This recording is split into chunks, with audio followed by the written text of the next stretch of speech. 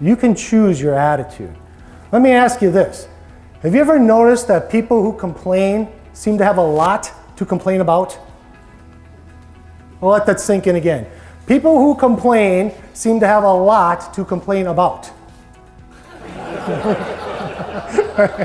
He's a good man. My point is that we have so much to be grateful for in our lives, and you're seeing it right here and right now.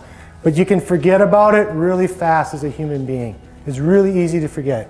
So I invite you to revisit that gratitude list often, add to it.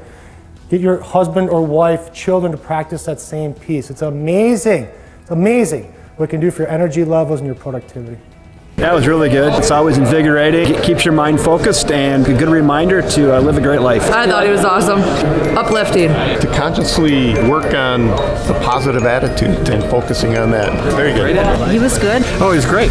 Yeah, excellent. The perfect speaker for the end of the day. Bring the energy into the room, and if we choose that positive, we're going to see that more often day to day, and it's going to really improve our life on an ongoing basis. Pointed out a lot of things that we should know, but we don't think about. Yeah, made you think. Yeah, I liked it. Yeah, that was good. Good guy. Good guy, high energy, especially towards the end of the day. Great job. Great job. Attitude's a choice, and how do you change your own attitude? Very energizing. Fit perfectly into our program. I'm going to take away from this the idea that we can be negative or positive, and it's those choices we make every day. So this is the advice I would give to you. Become the most positive person in the room. Become the Heathers of the world, right? Become the most positive person in the room.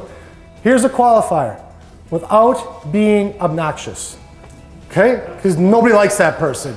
How you doing? Super duper. If I was any better, I'd be twins. Right? Nobody likes that. But this is what I do mean. Walk in with some energy. Walk in being happy. Walk in being solution-oriented. That alone will give you a lift in your practice. Now, I'll tell you this. When you become the most positive person in the room, do you think that there's other energy vampires out there that are going to try to steal that from you? Absolutely they will. This happens to me all the time. Here's how I experience it in my life on a regular basis. His message carries through to the next person and the next person, and kind of that chain reaction. I think that's fun. Thank you. Yeah. It was all very on point. It was things that you could really relate to and put to application in your life. We should do all the time. And positive thinking. I think that was good. It was well needed. It was good. If you have a positive mind and an open mind, it's in your heart, it's in your core. He has that. My brain is old. I'm still trainable. I'm fantastic. And I like the energy. Yeah, definitely. perfect for the end of the day, too. Yeah. Keeping things in focus, thinking about the positive more. It's simple stuff. That's the best part of it. It's simple stuff. It's just thinking about doing it. Everybody is amazing.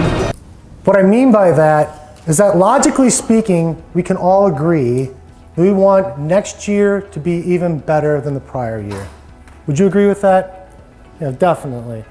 But biologically what happens, given the choice, your brain is always going to choose the option that keeps you safe versus making progress if the two are not the same. And again, if you lived in the wilderness, this is a great survival mechanism. But what it does in modern day, it creates your comfort zone. And I would make the argument that no true growth happens in your comfort zone. Is that true? That no true growth happens in your comfort zone? Is that correct? Yeah, like if you are going to make some changes in your life in which you're going to either seek that next promotion, live your life differently, lose weight, you're going to have to step outside of your comfort zone. You're going to have to take a little bit of risk in order for that to happen. Is that true? Yeah, most definitely. But by design, your brain's always going to want to hold you back. And this is where I'm talking to everybody in the room. And why I say that is because this is where I see the best of the best get stuck. Right here. You know why? Because they don't know they're stuck. Think about it. The conscious mind doesn't know you're stuck.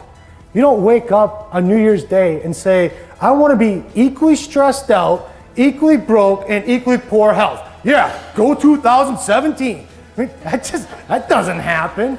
So we don't even know we're stuck. So here's the thing. Those unhelpful default settings, they will continue to creep up over and over and over again. And now that you know what all three of them are, how many of you can say that you experience at least one of the unhelpful default settings in your life today? At least one creeped up. Yeah. How many of you are like me, where all three creep up on a pretty consistent basis? Yeah, it's natural. We're hardwired this way. Here's the great news. Got some good news and some bad news. Bad news is that once again, there's no limit as to how many times you can have those experiences. And they are costly to you. But the great news is that you are not a slave to your brain. You are not. As human beings, we've been given the ability to choose. And it's a powerful choice. Choices that we can make. I like the idea of the 2-hour solution for planning your time on the weekend, but don't sacrifice what you want most for what you want right now. Easy to do. It's energizing and it really gives you top of mind awareness. Great job. Very good. Yep, enjoyed it. He has a lot of energy. I wish I had that much energy. That positive talk that he has, it's inspirational. Here's what that means to you.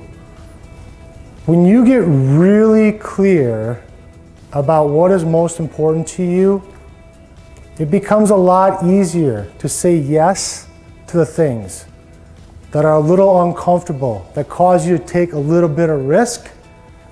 And it also makes it a lot easier to say no to the things that are immediately gratifying, yet take you off track. On a scale of 1 to 10, 125. Having a lot of leaders in the room, getting them to have a more positive attitude is good for their organizations. It's solid energy, especially end of the day, brought energy to the whole entire room. Fantastic. Just fantastic. Very positive, very positive. He's a high energy guy. A lot of fun. Kim was a good speaker. He was passionate about what he had to say. It really believed it. You know, you could tell it was coming from the heart. Very good. Get him in your company.